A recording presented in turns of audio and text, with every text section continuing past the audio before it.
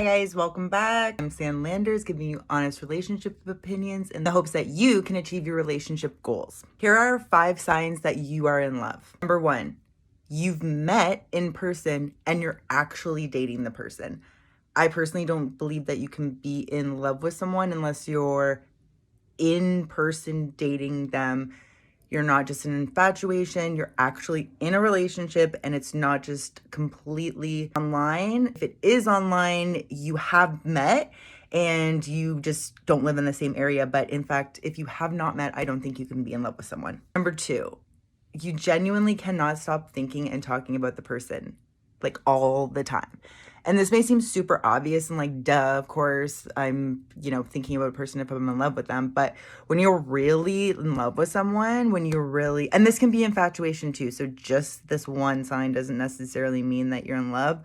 But in those first few weeks or months when you're dating someone, you genuinely just cannot stop thinking about them. Like if somebody says, this is a really good spaghetti, you're like, oh, my new partner would love spaghetti. He blah, blah, blah, blah, spaghetti. You know what I mean? So it's basically every single thing, just you cannot get them off your mind, and every single thing goes back to them in your mind. Much like I would compare how a new parent just genuinely cannot stop thinking and just obsessing almost about their new child.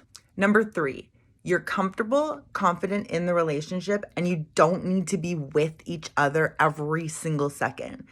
A great example of this, I would say, is even when you're at a party, you don't necessarily feel the need to be sitting beside each other, holding hands and going like schmoopsy poo to each other the whole party.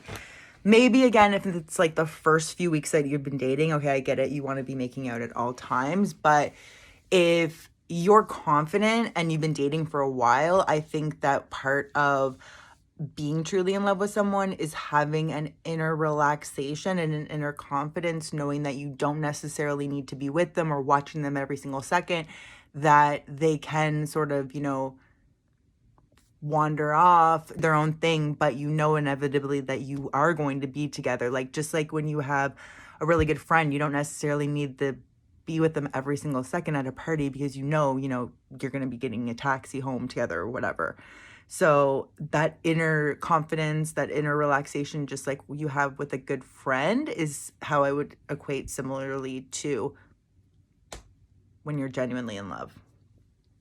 Number 4, you're willing to sacrifice for them and you genuinely want to, and you think about them first. For example, much like I just said with a child, when you genuinely love somebody, you almost love them more than you love yourself. So if you're hungry and they're hungry and there's not enough food for both, you genuinely would be willing to let the person have the food over you because you love them that much, that seeing them eat is better than being full yourself. Like the joy you get from watching somebody you love do something is more than the joy you get from doing it yourself.